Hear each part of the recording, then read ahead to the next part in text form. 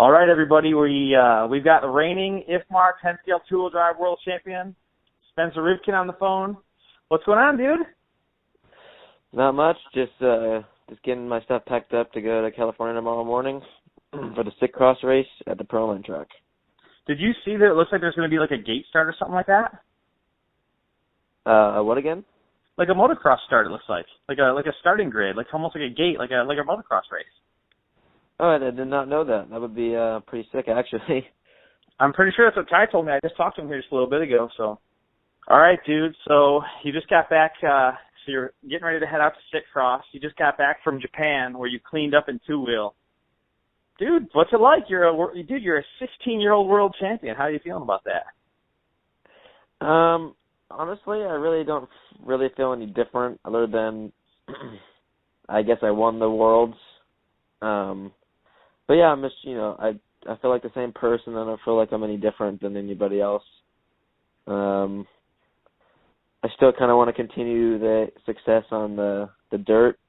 So I'm actually pretty excited to go to the Spectrum race in Milwaukee for that race, and then you see how that goes.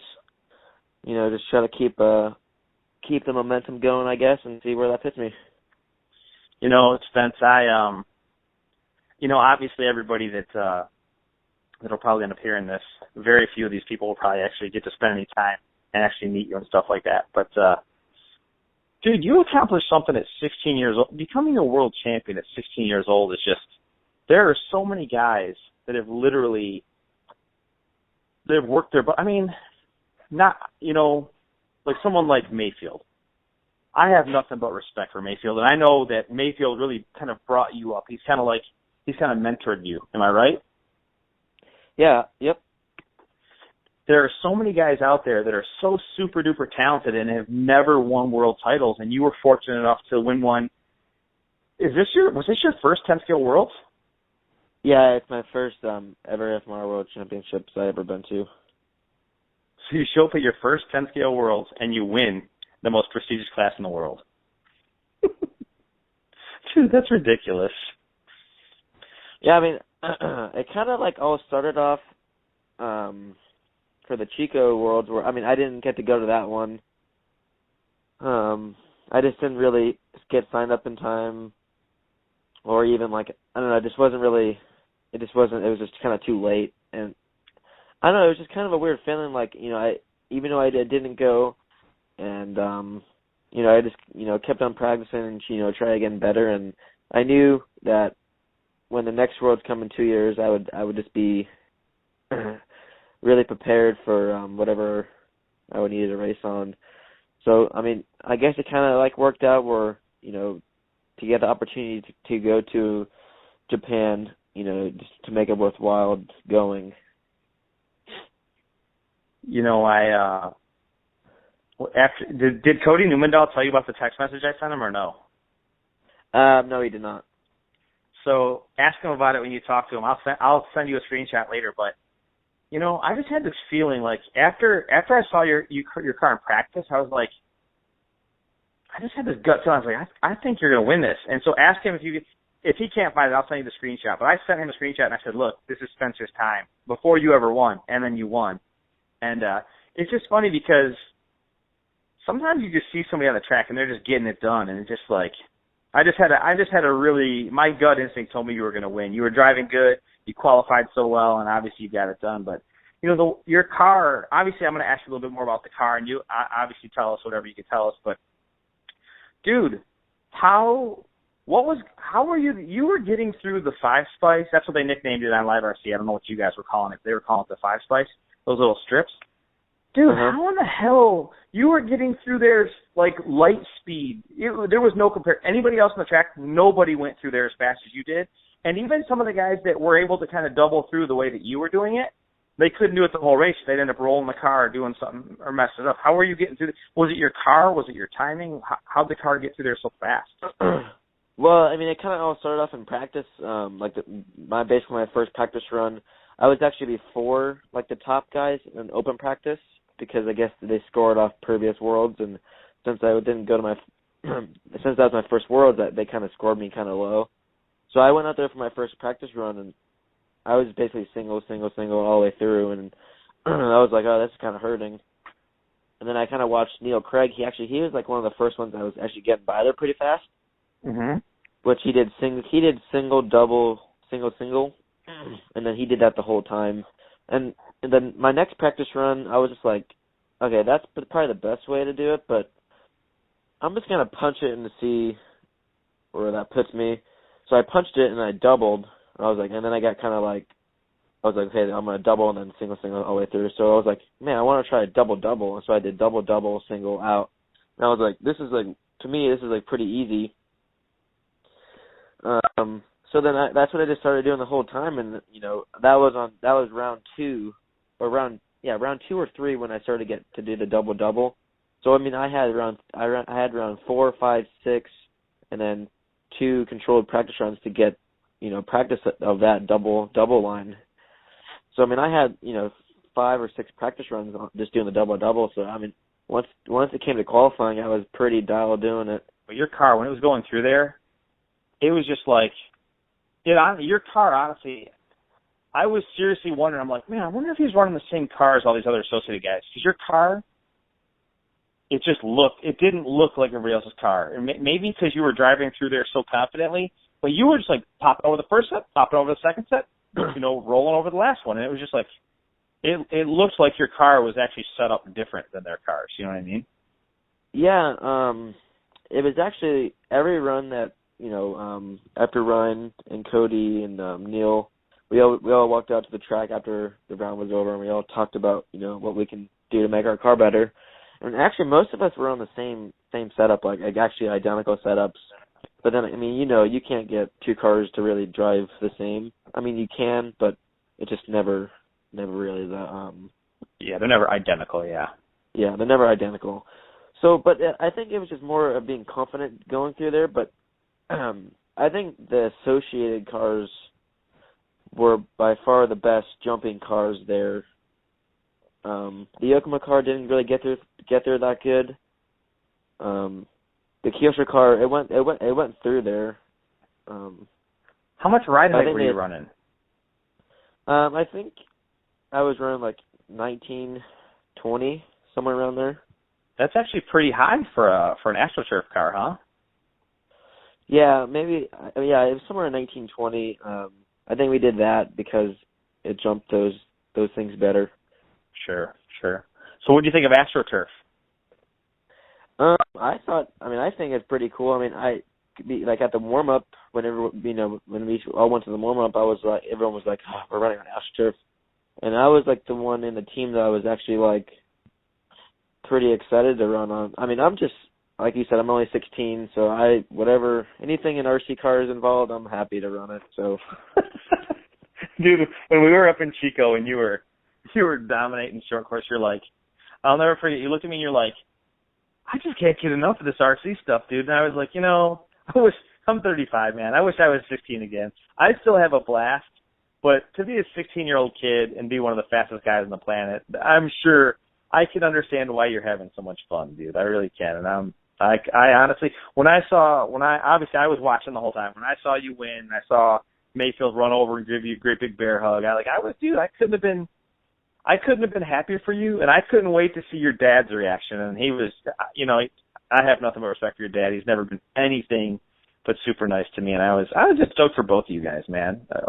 It's a huge, so many top guys. There's a lot of guys out there, obviously guys like Mayfield, Travis and Mezcue. I could go on and on naming guys that were super talented, super fast, and just haven't had the opportunity to win a Worlds yet. And so for you to be so young and win the Worlds so earlier in your professional career, I'm just like, it was awesome to see, dude.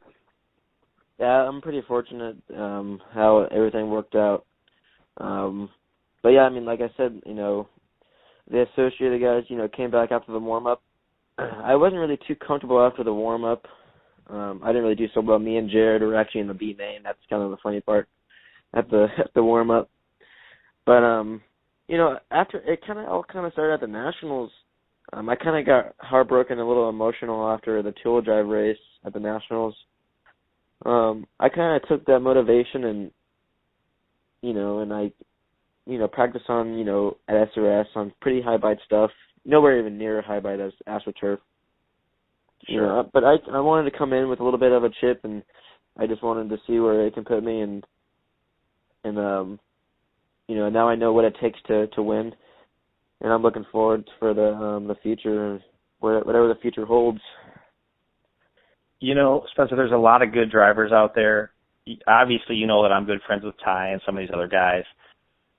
Ty told me a long time ago, he said, when you finally beat some of these guys that are the top level guys, like having that confidence, it makes a difference.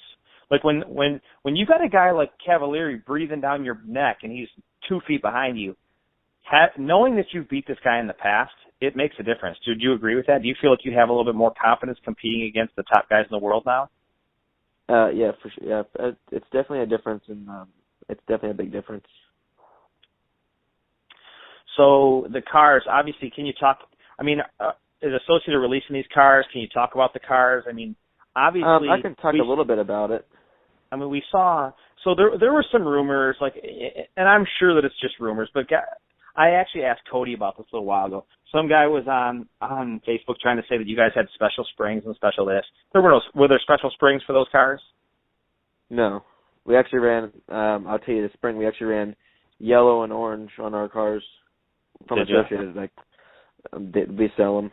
Did you have them dampened pretty heavy? I mean, were those things were you running, what kind of piston? I mean, can you share your piston and oil package and stuff like that? Yeah, it was just our standard 1.6 pistons on the car that we sell. No kidding. And how heavy was the oil? It was like 30 I think it's like 40 or 37 or something like that. Pretty heavy. Sure. Okay. Yeah, dude. And I don't know how much. I'm sure you guys had to have some type of a lay down transmission or some type of prototype parts.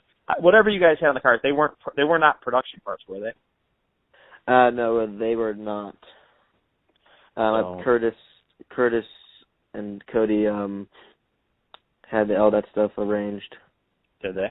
So obviously you crushed it. Oh, so obviously there's a little bit of drama. I don't want to put you on the spot, but I saw the interview with Cavalieri after you bumped him at the end of that table at that 180. He looked like I thought he was going to kill you after that. I know it was a racing thing, and I saw your interview too, and I was like, when I saw you bump him, I'm like, dude, it was a racing thing. I would, you got to wait for the officials to call it if they're going to call it. Was he pretty upset, or what did he say? He was upset. Yeah, I mean, he was upset. I mean, after they did the Live RC interview, and I mean, I actually said it when they interviewed me. I'm like, yeah, me and Ryan got together. I mean, I would have stopped if the ref would have called me over. I mean, I watched the video again. I mean, obviously there's gonna be 2 different stories, but I mean, what I saw, if you can watch it in slow motion. He was in front of me. I turned, and I actually turned on the dots, the cones. Yeah, I watched it over and over. I'm curious to see what you think, and I'll tell you exactly what I think. Well, anyways, I was turning on the cones, and then he went around the cone. I actually hit the cones. So the dot, you mean, right? The dots. So I turned like super sharp, and then my front end just clipped his back rear tire, and he flipped over. Yeah, it didn't look dirty to me at all. For me, I thought it was a little dirty, but if it was him doing it to me, he probably would have done the same thing. So, let me just say this. I think when I see a dirty move, I think of intent, intentional, right? I agree with everything you just said. The car landed, you turned in tighter, far tighter than he did, and I saw you hit him. And I wouldn't call it clean because he obviously crashed, but it wasn't like you were intentionally trying to hit him. You turned in, you were trying to stay as close as you could within striking distance. You turned in early and hit him. He crashed. The truth is, I just feel like when you're a racer, you're not supposed to, you guys aren't supposed to be racers and refereees. It's not that you want to do anything dirty or take advantage of anybody, but I feel like in that, I know, Spencer, I've known you for a while. If they'd have said pull over, you'd have pulled over. You know what I mean? Yeah. But it's like you're out there, and I think sometimes, I saw the chat box on the Live RC kind of went wild when that happened, and I'm like, I think sometimes people forget that you represent not only yourself, but you represent Associated too. So if you pull over and then 2 or 3 guys go by, then you and Ryan both fall all the way back. It hurts. Everybody hurts. Not just him, not just you, but associated too. So it's like, I just feel like for the most part, racers, you just got to go out there and race and let the officials do the officiating and let the cards fall where they will. You know what I mean? Uh-huh. It's kind of like football. It's kind of like football. And you didn't see it. Didn't happen. Yeah. But, I told Ryan, I'm sorry, dude. After A1, he for how successful he is, he just said, hey, dude, we have to work together. We can't let Jared run away like he did in A1. That's kind of what we did in A2. We just worked as a team. I believe me and Ryan got first and second in that one in A2. Yeah, I'm not like sure that. how it worked out. All I know is you could have. At the end of the day, I remember when I saw the points, you could have actually followed him to the finish. Where obviously you wouldn't have known this in A2, but you could have followed him to the finish in A2, and if you'd have still won A1 or A3 like you did, you still would have won. But obviously you don't know that in A2, right? So you just gotta send it. Yeah, my whole mindset in 200 was just keep it on all four, don't crash, consistent. And I was really never able to run clean in qualifying.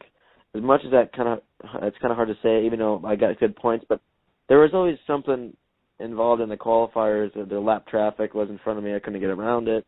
And then Jared or Neil, got ahead of me by a few tenths, and then the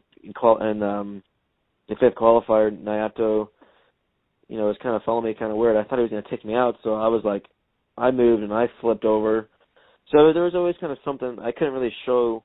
You're either running behind Neil or you're defending Naoto or something like that. Yeah, basically, if there was something like that happens, I took a breath on the straightaway. I'm like, okay, you don't have to go do a 17.5 on this lap. Just do an 18.0, and just with wherever that puts you, if it bumps you down a couple of spots, oh well, you still would have got a top 5.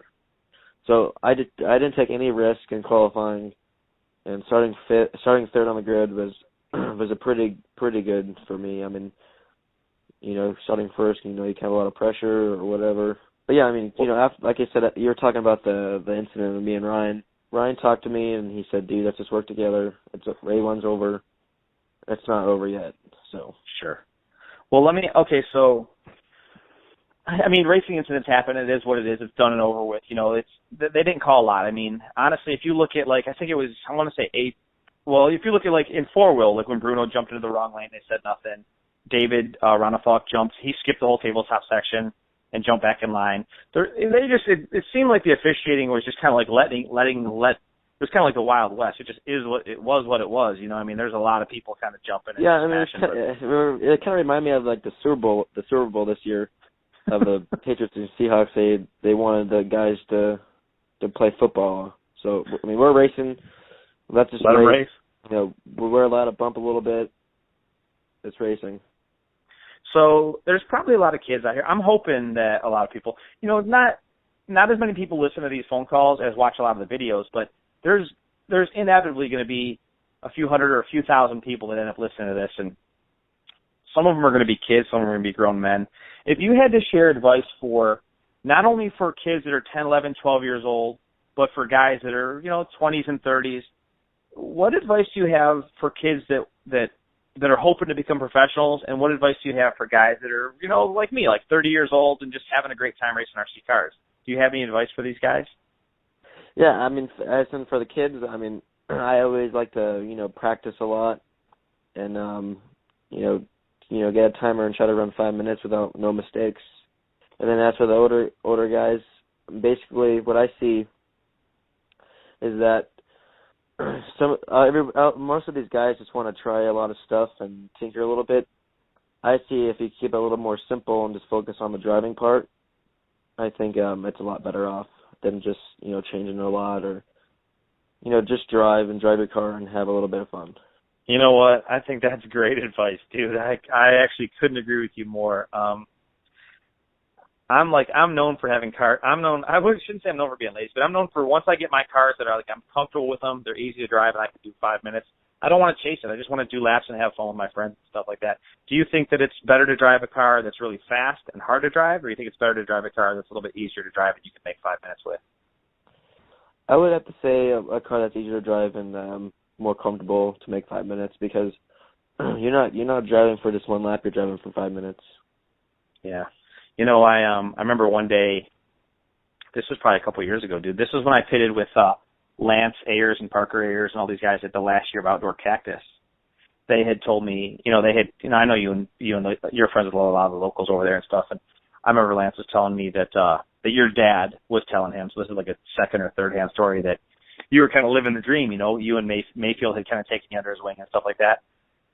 I'm sure that dude, I'm 35. Mayfield's younger than me, and I wish he would come to my track and show me how to drive or teach me some things. You know what I mean?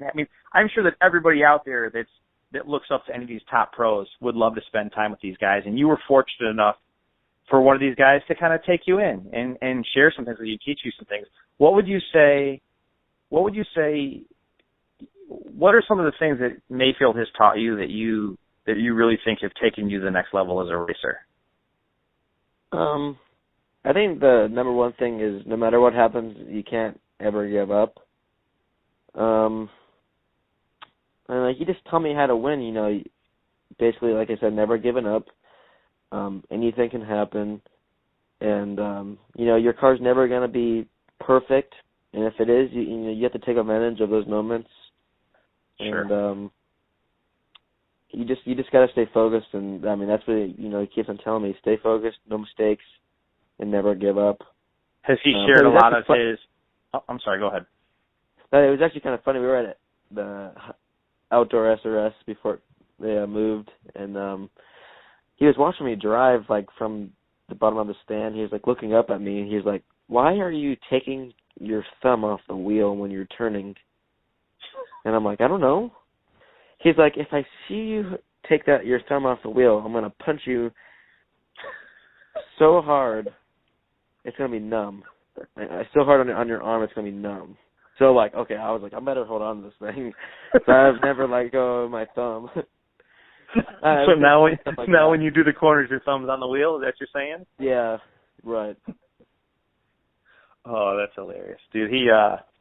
I think that if you took like a survey of the vast majority of the racing community, they would tell you that Mayfield is probably one of the funnest drivers to watch. Just that punch driving style, and you've developed a very, very similar driving style. But just the guys that have the huge amounts of speed, and not only that, but if Mayfield gets into a situation where he gets ran over or something kind of doesn't go his way, the next 3 or 4 laps are going to be the most fun laps to watch of the whole race, because he's going to be driving angry laps. You know what I mean? Yeah. But definitely. I'm sure that he probably did. You kind of learn setup. Did you learn setup fundamentals on your own, or are these things that he kind of taught you? Like when you want your car to steer more and you're on a certain type of surface, did he share a lot of what he does with you? Is that where you got a lot of your setup knowledge? Yeah. There's stuff it's mostly for me asking questions. I always ask questions at every race I go to. You can ask Cody or anybody. I ask a million questions, because I'm actually one of my best things is absorbing information and taking it and then putting it out there. So whatever he tells me or whatever I ask him, it goes into like a bank, and I remember it. But yeah, honestly, I'm just kind of a guy that just I ask what they're running, and I look at their car, and I just kind of put it on, and then I just run it. I know setup, but that's like the least of my worry. It's mostly about driving and the mental game when you're on the driver's stand.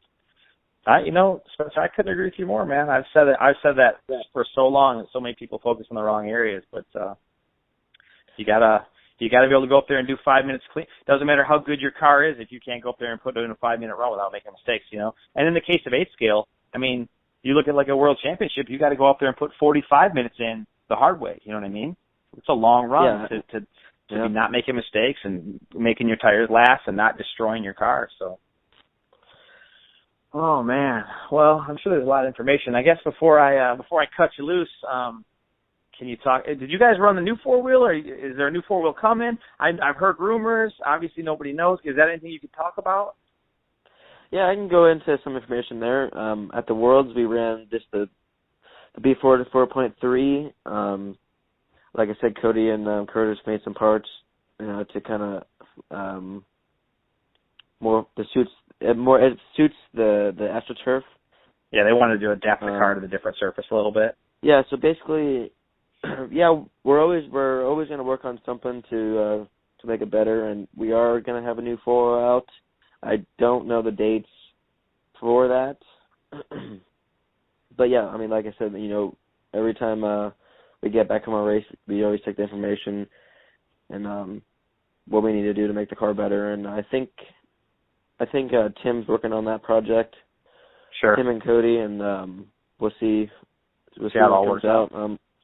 Yeah, I mean, you can't really ask for a better 4-wheel. I think most of the World Championships are actually on that 4-wheel.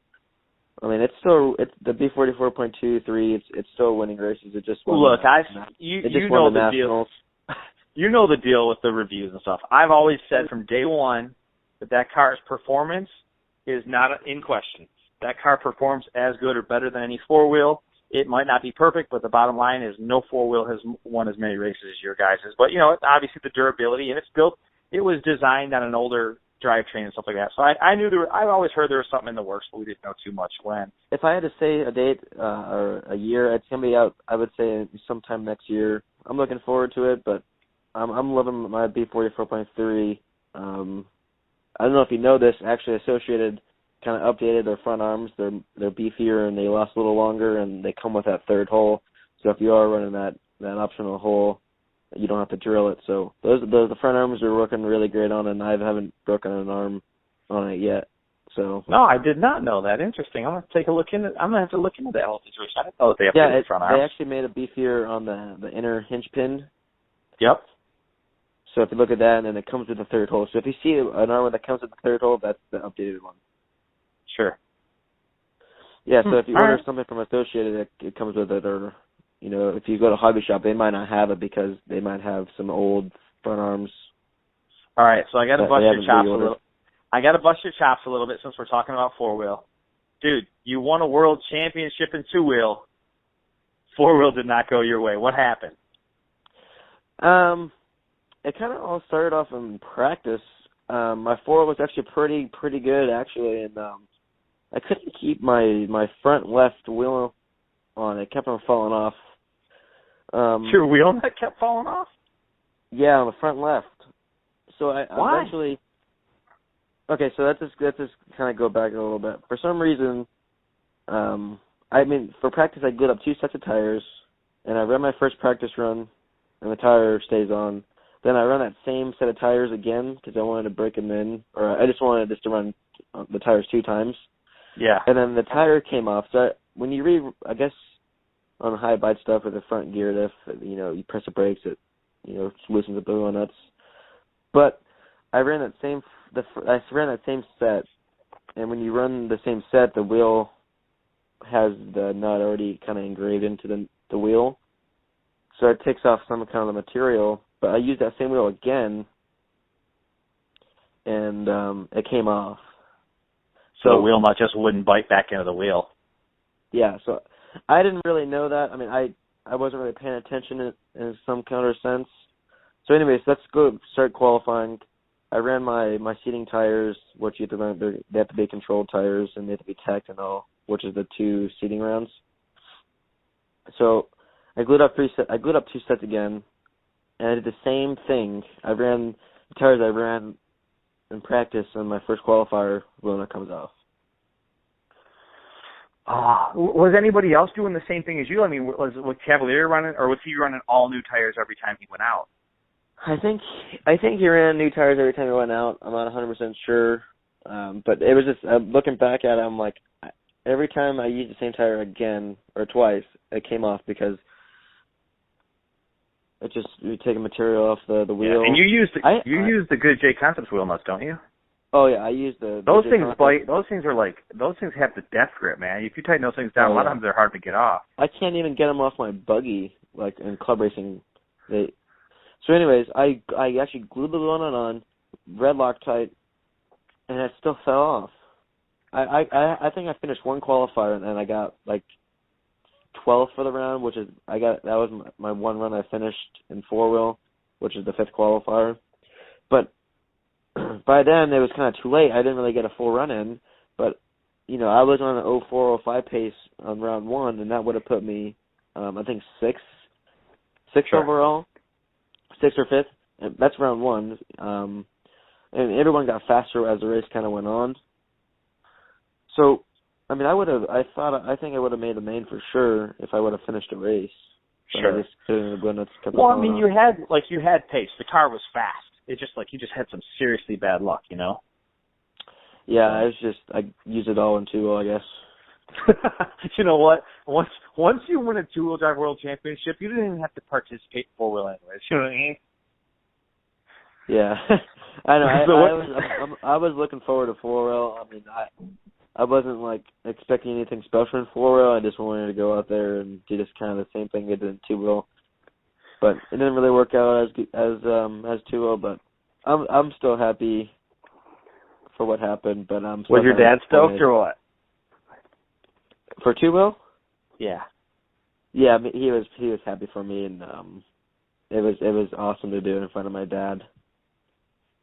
Your dad's a good guy, man. I'm still waiting on chicken parmesan. I'm not playing. I like me some Oh, Italian dude, food. we had it tonight. Oh, well, I saw you had it the other day because Tommy was posting pictures on Instagram, and I'm just like, damn. Yeah, man. we had it again tonight. All right, well, I'm counting now. You better not leave me hanging. All right. Well, so you're running e-buggy? I'm gonna run. Okay, so I've been running my musing cars, so I'm bringing those. But Associated got in touch with me and they asked me if I wanted to do a review on the RC8 B3 e-buggy. E-buggy is really a stronger class for me than nitro anyway. Like, I'm kind of like, the whole delay of the nitro motor and the delay of the brakes and all that stuff, it's a little foreign to me because I race so much indoor. So e-buggy I'm far more competitive in e-buggy than I am in nitro. And so they asked me if I wanted to do a review, so I ended up sending the kit, and I built it yesterday. It built pretty good. They sent me some instructions. They told me to build the front and rear diff without the gasket and stuff like that. So I put it all together. The kit built really well. The shocks are really nice. I really like the new shocks. And I'm planning on racing. I'm not sure if I'm just going to shoot the coating shocks? No, they just sent me the ones out of the kit. But they're still, I mean, the kit stuff is still really nice. You know what I mean? Yeah, yeah. I actually got 4 cars done this week. Let's not pretend like you did it yourself. I saw Tommy was helping. I saw him posting pictures on Instagram. I built all my cars by myself this week. Yeah, my boy T Hines hooked me up. He built my 2-wheel, or he built my e-buggy or helped me out with that, and then I built my gas RC8 B3 and 2-wheel and 4-wheel. I got 4 cars done. Well, 3 cars. I built 2 cars by myself. I built the RC8 B3E, and then I got that Yokomo YZ2. I built that, so we're going to do a review on that, the Yokomo 2-wheel buggy, so see how it all goes. Nice. Oh, well, I guess I've pumped you for enough information. I thought it'd be fun to get on the phone. I was so stoked that you won the world and stuff like that. It's a huge accomplishment, and so many guys have tried and haven't done it, and you did it, and I couldn't be happier for you. And I knew you were coming to Sitcross, so I thought, maybe I'll talk to him at Sitcross, but it's probably better that we got it done now. So, anybody you want to give a shout out to or say thank you to before we cut this call short? Yeah, I just want to say thanks to my sponsors for giving me the support I need to do what I do. Thank you, Jason, for having me on the show, whatever you want to call this thing. Well, tell everybody who your sponsors are. Let's make sure that everybody knows who helps Spencer Rivkin become a world champion. Team Associated, Reedy, J Concepts, Airtronics, Sticker One Racing, Makita Kicker, and I can't forget Lungsford with the dialed screws. Yeah, I like that stuff. Yeah, that stuff's awesome. All right, brother. Well, I'm gonna cut. It's getting late here. I'll try and get off the phone. Try and get this thing up on the web. Are you in shortly. California now? Oh, I live in California, dude. Of course I'm in California, but I'll be at the track. I'm not gonna get to the track until early. I'll get there right when the gates open Saturday. I'm gonna drive down. It's only a couple hours from my house, so I'll just drive down Saturday morning early. Oh, #hurting. Dude, you're still in Arizona. What are you talking about? Yeah, but I leave like at 8 o'clock tomorrow morning. What are you gonna do? Just gonna goof off tomorrow? Why, there's no pit setup or anything on Friday. Well, actually, I'm going to OCRC to do some pictures a little bit over there. Are you taking any of your 10 scale stuff with you to run or no? Yeah, I'm going to go run at OCRC tomorrow. And then we're going to head over to Thunder Alley to practice a little bit, I think. Dang, I want to come to Thunder Alley. Who are you going with, Brent and Ryan and everybody? Yeah, Brent, Lou Dog, and Brian. And then Monday and Tuesday I might be staying to do some testing at OCRC. All right, when we get off the phone, I'm going to text you here a little bit later, but maybe we can shoot some of the footage for the RC8 B3E review at Thunder Alley. I'll text you. All right. All right, brother? All right, sounds good. All right, man. It was good talking to you, Smith. I'll see you this weekend. Yeah, thanks. All right, bye-bye. I just want to say thanks again for watching my videos. I appreciate you guys watching. If you enjoyed this video, you'd be doing me a huge favor if you could either like, comment, or even better, subscribe. I post a lot of stuff on social media like Facebook, Instagram, Twitter, stuff like that. So if you want to catch up with me, I'll post this stuff up for you, and you can come on over, add me as a friend, follow me on Instagram, and you'll be able to see things that just don't make it to YouTube. Again, thanks for watching. We'll see you in the next one.